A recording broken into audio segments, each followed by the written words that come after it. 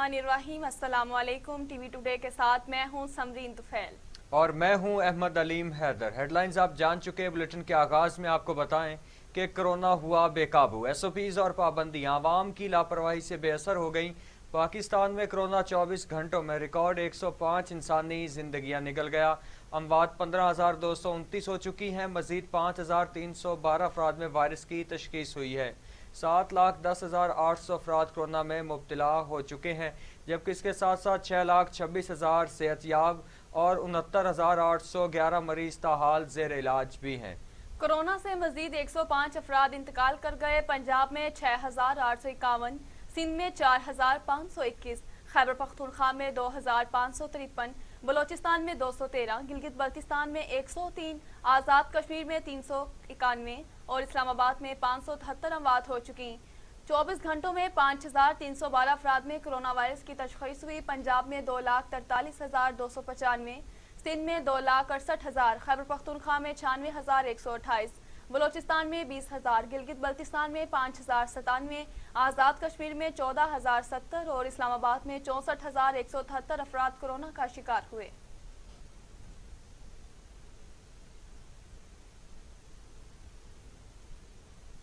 बात करें मजीद कातिल कोरोना की। दुनिया भर में कोरोना से हलाकतों की तादाद 29,15,000 हो गई। मरीजों की तादाद 13,40,00,000 हो गई। 10,84,00,000 मरीज सेहतयाब हो चुके। मूजी कोरोना वायरस के वार जारी। अमेरिका में 5,74,000, ब्राजील में 3,45,000, भारत में 1,67,700, मैक्सिको में 2,06,200, रूस में 1,02,000, फ्रांस में 98,000, बरतानिया में 1,27,000 और सऊदी अरब में 6,728 अमवात हो चुकी हैं।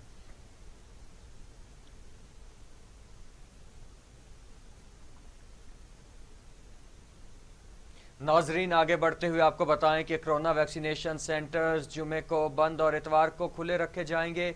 पंजाब की वजीर सेहत डॉक्टर यास्मीन राशिद कहती हैं कि एनसीओसी के अहकामात के मुताबिक पंजाब के तमाम वैक्सीनेशन सेंटर्स जुम्मा को बंद रखे जाएंगे और इतवार वाले दिन खुले रखे जाएंगे। जी हां, तमाम वैक्सीनेशन सेंटर्स जुम्मे को और इतवार को खुले रहेंगे। पंजाब की वजीर सेहत डॉक्टर यास्मीन राशिद कहती हैं, एनसीओसी के अहकामात के मुताबिक पंजाब के तमाम वैक्सीनेशन सेंटर्स जुम्मे को बंद रहेंगे और इतवार के दिन खुले रहेंगे।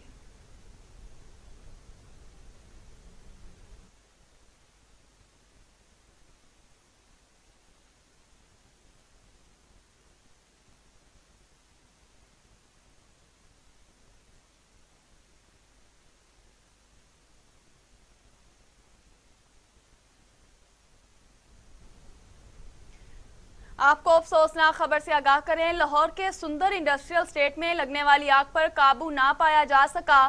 फैक्ट्री में 2 धमाके भी हुए। आपको बताएं कि लाहौर के इलाके सुंदर इंडस्ट्रियल स्टेट में फैक्ट्री में लगने वाली आग पर रेस्क्यू टीमें ताहाल काबू ना पा सकी। आग फैक्ट्री के केमिकल में लगी, जिसकी वजह से आग पर काबू पाना मुश्किल हो चुका है।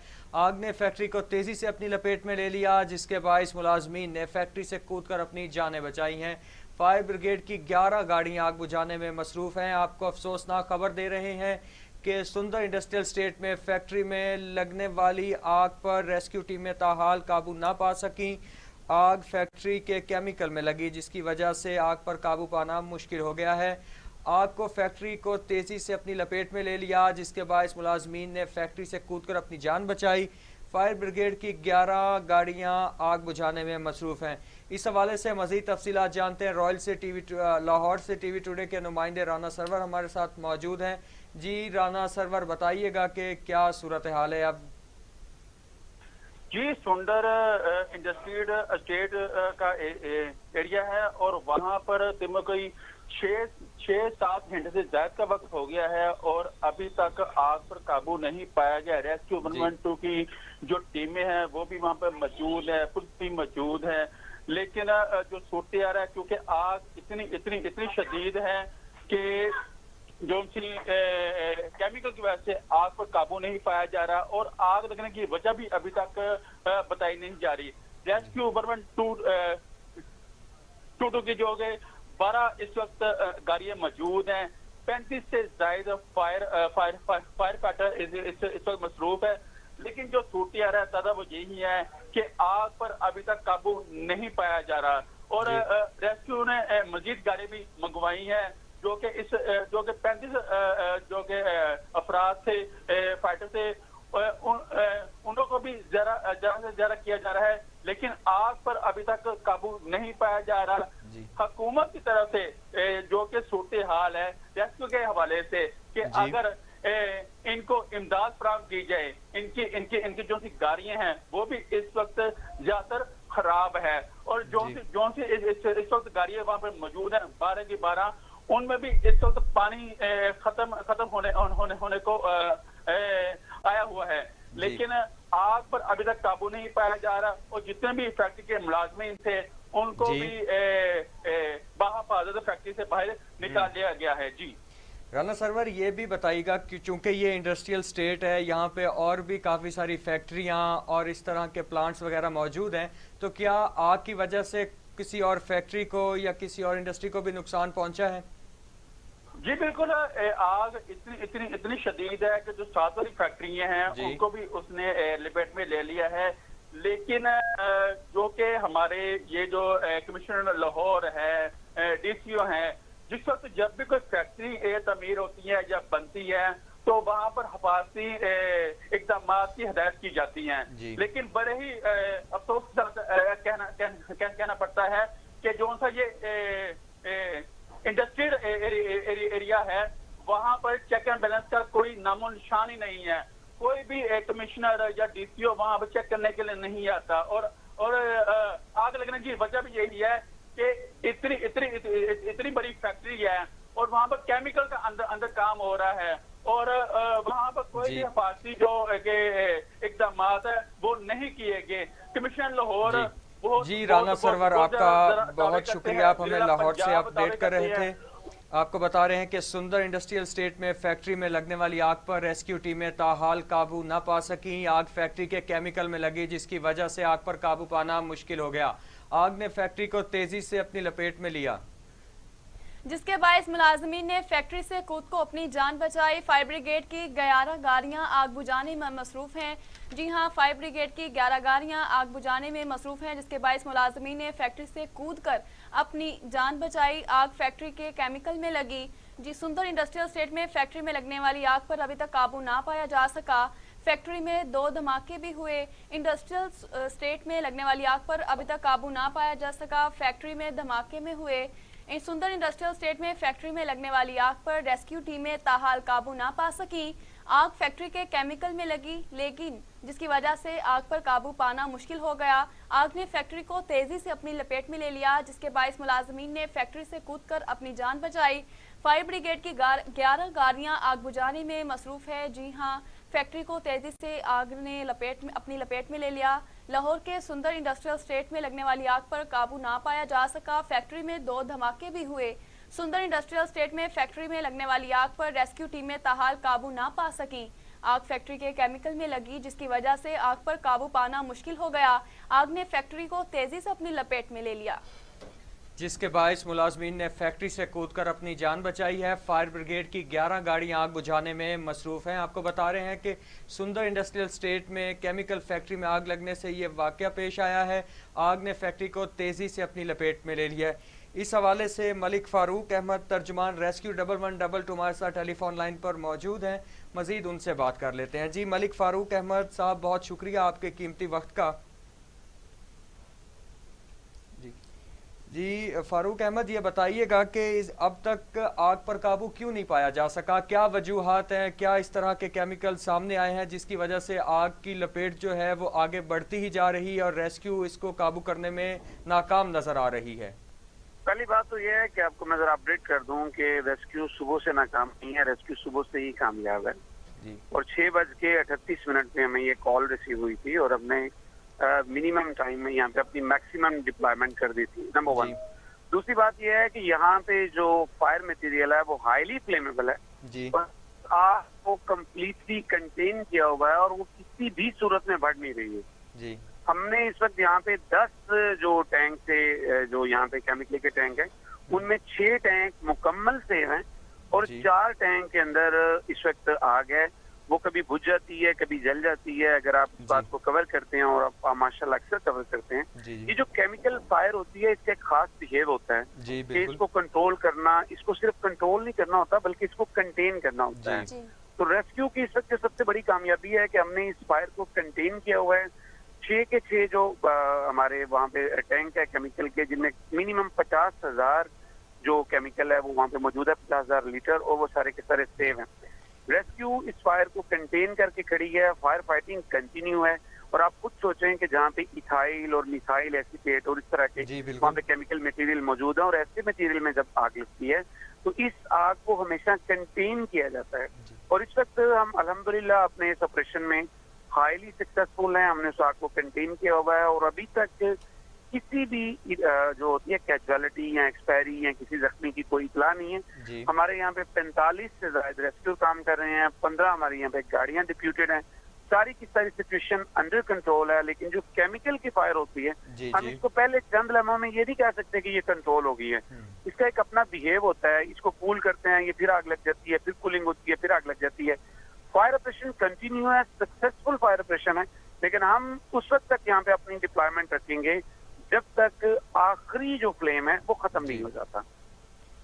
तो फारूक अहमद साहब ये भी बताइएगा कि आग लगने की जो वजूहात हैं वो क्या समझ में आ रही हैं?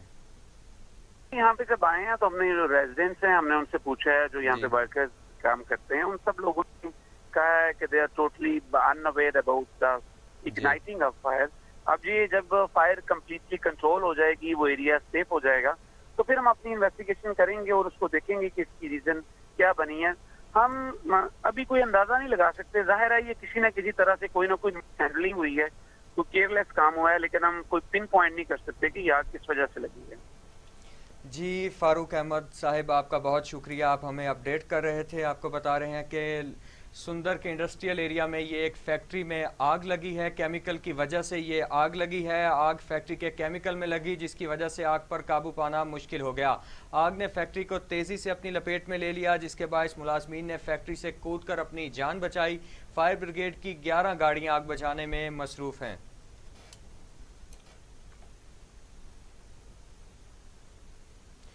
खबर है शहर कायद से, जहां पर कराची के इलाके सोल्जर बाजार में मकान में धमाके से खातून समेत 7 अफराद जख्मी हो गए हैं।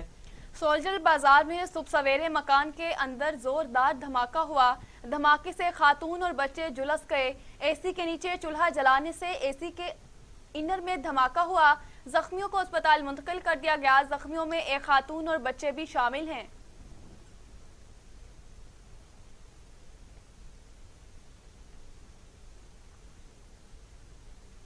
दूसरी जानिब मकबूजा कश्मीर में भारत का जुल्म रुक ना सका। काबिज फौज ने मजीद 4 नौजवानों को शहीद कर दिया। 2 रोज में शोहदा की तादाद 7 हो गई। 2 नौजवानों को जिला पुलवामा के इलाके नई बोक में फायरिंग का निशाना बनाया गया, जबकि 9 नौजवानों को जिला शोपियां के इलाके जान मोहल्ला में शहीद किया गया।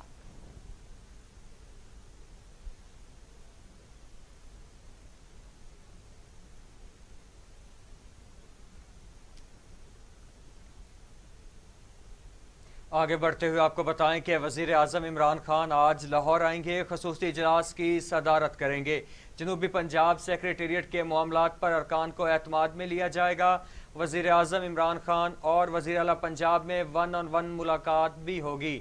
रिवर रावी मंसूबे पर ब्रीफिंग दी जाएगी, जबकि वज़ीर आज़म को LDA फ्लैट्स और वॉल्टन मंसूबे पर पेशरफ से भी आगाह किया जाएगा। आपको बता रहे हैं कि वज़ीर आज़म पाकिस्तान इमरान अहमद खान आज लाहौर आएंगे, खसूसी इजलास की सदारत करेंगे। जनूबी पंजाब सेक्रेटेरिएट के मामलात पर अरकान को एतमाद में लिया जाएगा। वज़ीर आज़म इमरान खान और वज़ीर आला पंजाब में 1-on-1 मुलाकात भी होगी। रिवर रावी मंसूबे पर ब्रीफिंग दी जाएगी। वज़ीर आज़म को LDA फ्लैट्स और वॉल्टन मंसूबे पर पेशरफ से भी आगाह किया जाएगा।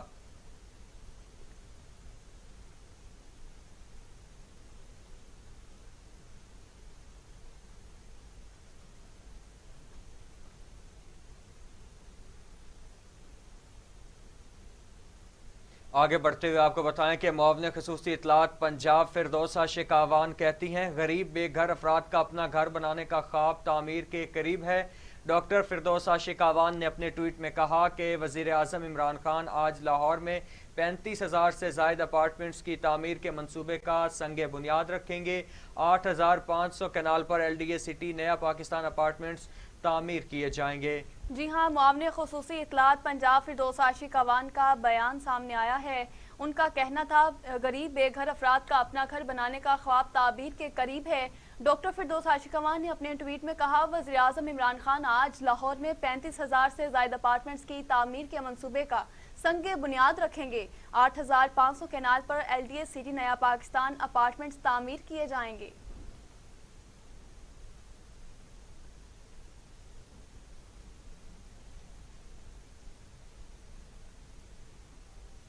खबर शामिल करें। यूटिलिटी स्टोर्स कॉरपोरेशन ने रमज़ान पैकेज का ऐलान कर दिया, जो 10 अप्रैल से नाफिजुल अमल होगा। रमज़ान पैकेज के तहत यूटिलिटी स्टोर्स पर चीनी 68 रुपये, घी 298 और आटे का 20 किलो का थैला 800 रुपये में मिलेगा, जबकि बेसन 20 रुपये सस्ता करके 140 रुपये और खजूरें 20 रुपये कमी के बाद 160 रुपये किलो फरोख्त की जाएंगी। ब्रांडेड कंपनियों की चाय की पत्ती 47 रुपये तक सस्ती करके 869 रुपये और मुख्तलिफ कंपनियों के मशरूबात की 1.5 लीटर बोतल की कीमत 45 रुपये सस्ती करके 317 रुपये में फरोख्त की जाएगी।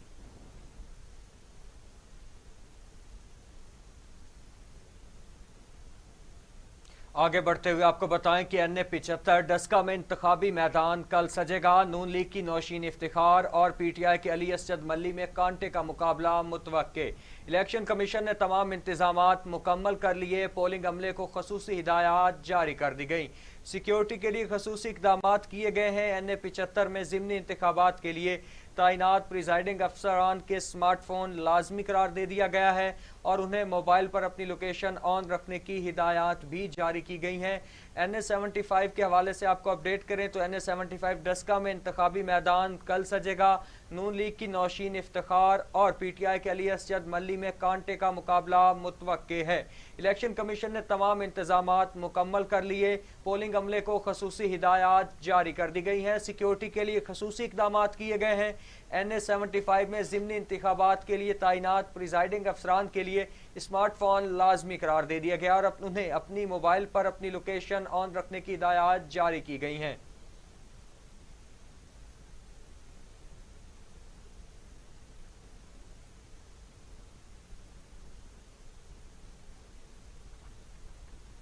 आगे बढ़ते हुए आपको बताएं कि पाक फौज के सरबराह जनरल कमर जावेद बाजवा के ज़ेर सदारत कोर कमांडर्स कॉन्फ्रेंस हक़ खुद इरादियत के लिए जारी जिद्दोजहद में कश्मीरी भाइयों के साथ मुकम्मल यकजहती का इजहार किया है।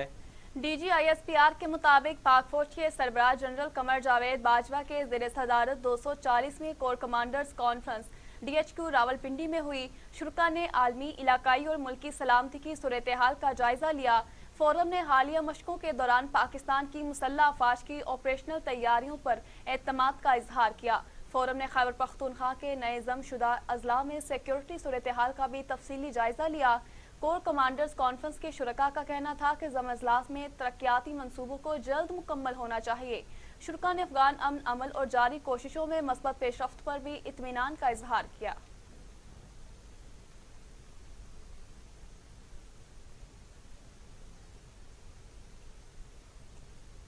मजीद खबरें भी बुलेटिन का हिस्सा बनाएंगे, लेकिन यहाँ पे वक्त हुआ एक शॉर्ट ब्रेक का। हमारे साथ रहिए।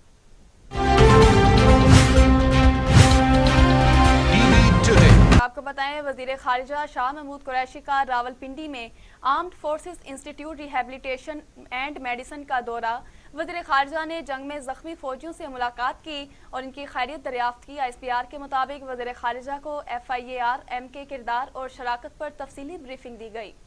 आपको बताएं कि वज़ीर ख़ारिजा शाह महमूद कुरैशी का रावलपिंडी में armed forces institute rehabilitation medicine का दौरा।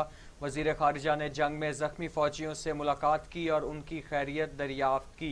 ISPR के मुताबिक वज़ीर ख़ारिजा को AFIR और M के किरदार और शिरकत पर भी तफसीली ब्रीफिंग दी गई।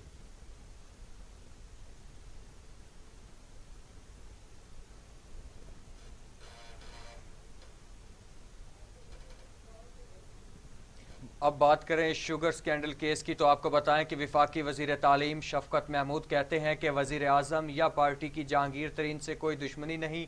अगर कोई इल्ज़ाम है तो उन्हें अदालत में क्लियर होना चाहिए। शफ़क़त महमूद ने अपने एक बयान में कहा, ऐसा नहीं है कि सिर्फ जहांगीर तरीन को टारगेट किया जा रहा है। शुगर के मरकजी 18 ग्रुप्स की इंक्वायरी हो रही है। बाकी शुगर मिल्स वालों में से भी कुछ का ताल्लुक तहरीक इंसाफ से ही है। क्या जहांगीर तरीन से सिर्फ इसलिए तहकीकात नहीं होंगी कि वो PTI के सेक्रेटरी जनरल रह चुके हैं? तहकीकात के हवाले से दोहरा मयार तो नहीं हो सकता। शफकत महमूद ने कहा कि FIA की तहकीकात में जहांगीर तरीन पर बड़े संगीन इल्ज़ामात हैं। अगर हम उन्हें हाथ नहीं लगाएंगे तो मीडिया आवाज़ उठाएगा। तहरीक इंसाफ ने तो कहा था कि एहतसाब घर से शुरू होगा। जहांगीर तरीन के हवाले से कुछ लोगों की अपनी राय हो सकती है। ये कैसे हो सकता है कि शुगर के बड़े ग्रुप की बेकायदगियां हों और हम कार्रवाई ना करते?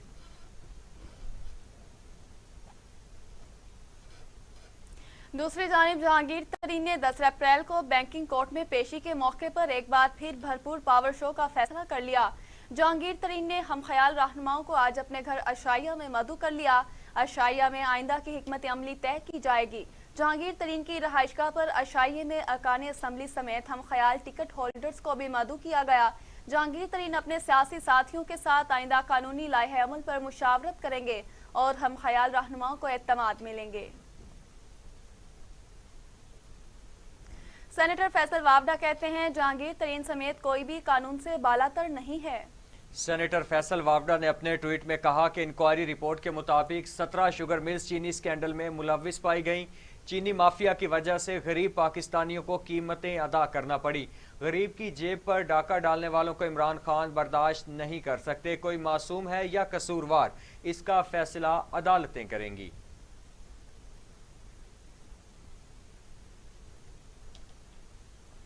आपको बताएं कि दूसरी जानिब पीपल्स पार्टी ने मरियम नवाज पर इल्जाम आयद किया है कि उन्होंने PDM को तोड़ने की बुनियाद रखी है।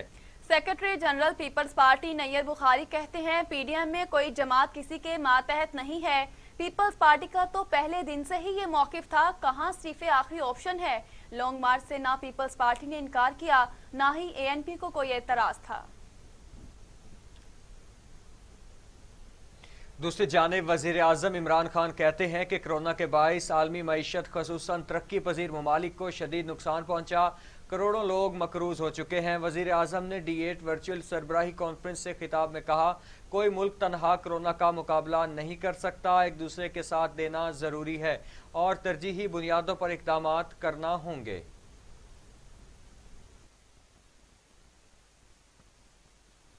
With cost of transportation and communications improving due to innovations, the D8 members must partner to keep pace with the logistics and global supply chains.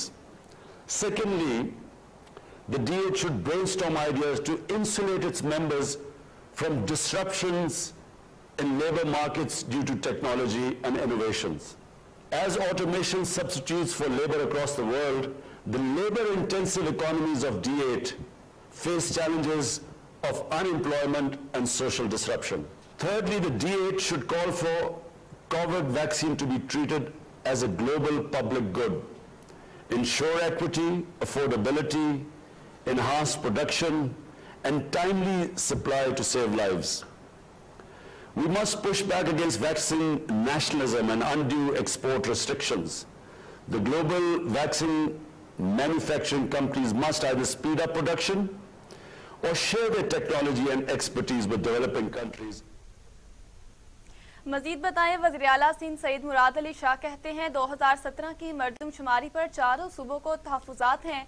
नई मरदमशुमारी का ऐलान किया जाए कि कहाँ टैक्सों की वसूलियों का सारा निज़ाम वफाकी हुकूमत के पास है। विफाक रेवेन्यू कलेक्ट नहीं कर सकता तो हमारे हवाले कर दे।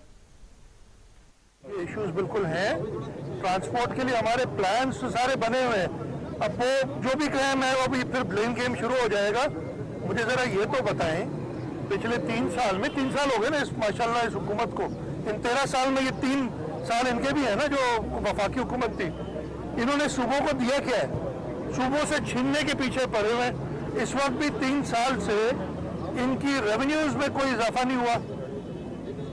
जो रेवेन्यूज ये कलेक्ट करते हैं, आज भी मेरी सुबह एक मीटिंग थी और मैंने ये कहा कि जी ये रेवेन्यू कलेक्ट नहीं कर सकते, आप सेल्स टैक्स जो ये कलेक्ट करते हैं वो भी हमारे हवाले करें, हम इससे कम करेंगे। तो इश्यूज ये हैं। बाकी प्लान्स कराची शहर के लिए और प्लान्स के साथ वो एडवांस स्टेज पे हमारी इस एरिया के लिए येलो लाइन जो पहले हम चाइनीज के साथ कर रहे थे अवार्ड भी हो गई थी, किसी वजह से वो आगे कंप्लीट नहीं कर सके, अब वर्ल्ड बैंक के साथ मिलकर कर रहे हैं, वो एक एडवांस स्टेज पे।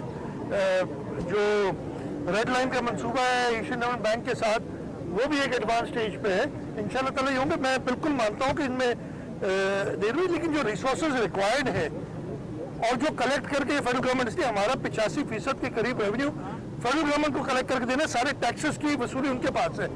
लेकिन पिछले 3 साल में 0% ग्रोथ की वजह से हमारे सारे मंसूबे डिले हो गए। जहांगीर तरीन साहब का मैंने कोई स्टेटमेंट देखा है, वो कुछ कह रहे हैं, अभी तक उन्हें शायद उम्मीद कुछ है, लेकिन वो ज्यादा दिन रहेगी नहीं। फिर आगे बढ़ते हुए आपको बताएं कि इसाक डार और चौधरी निसार अली खान की रुकनियत खत्म करने का मामला काबीना कमेटी बराए कानून साजी ने इलेक्शन एक्ट 2017 में तरमीम मंजूर कर ली है। ऑर्डिनेंस के मुताबिक मुंतखब नुमाइंदा 60 दिनों के अंदर हल्फ ना ले तो निशिस्त खाली हो जाएगी। ऑर्डिनेंस जारी होने के बाद इलेक्शन कमीशन ऐसे नुमाइंदों को डिनोटिफाई करेगा। चौधरी निसार कौमी असम्बली का इलेक्शन हार गए थे, पंजाब असम्बली का इलेक्शन जीत गए थे। चौधरी निसार ने अभी तक असम्बली में आकर हल्फ नहीं लिया और ना ही कभी इजलास में शरीक हुए। नून लीग के सेनेटर इसहाक डार भी सीनियर हैं, लेकिन इजलास में नहीं आते। इसहाक डार लंदन में मुकीम हैं। सेनेट इलेक्शन में भी उन्होंने वोट कास्ट नहीं किया था।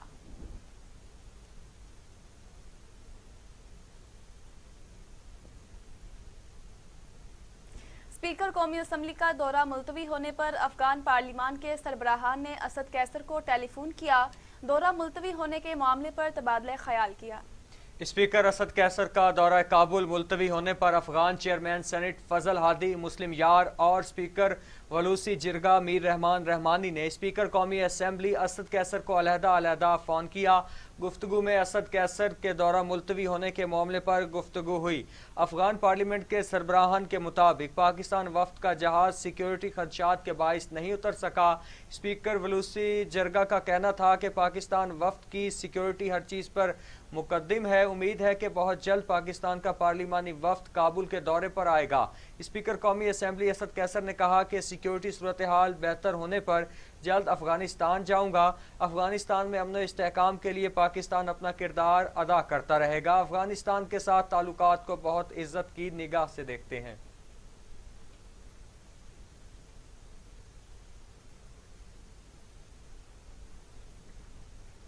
आगे बढ़ते हुए आपको बताएं कि वज़ीर आला पंजाब उस्मान बुज़दार से रुकने कौमी असम्बली डॉक्टर रमेश कुमार की मुलाकात हुई। रमेश कुमार ने अक़लियतों के हकूक़ से मुतालिक अदालती अहकामात से आगाह किया है। वज़ीर आला की अक़लियतों के हकूक़ से मुतालिक अदालती अहकामात पर अमल दरामद की यकीन दहानी करवाई गई। वज़ीर आला पंजाब ने अक़लियतों के लिए मुख्तस खाली सीटों की तफसीलात भी तलब कर ली हैं। अक़लियती नौजवानों को तालीमी इदारों में तमाम मौक़े मुयस्सर हैं। पंजाब में अक़लियती बिरादरी के फ़ंड मुख्तस किए गए। उस्मान बुज़दार का कहना था कि वज़ीर आज़म इमरान खान के विजन के मुताबिक अक़लियतों को तरक्की के मसावी मौक़े फ़राहम करेंगे।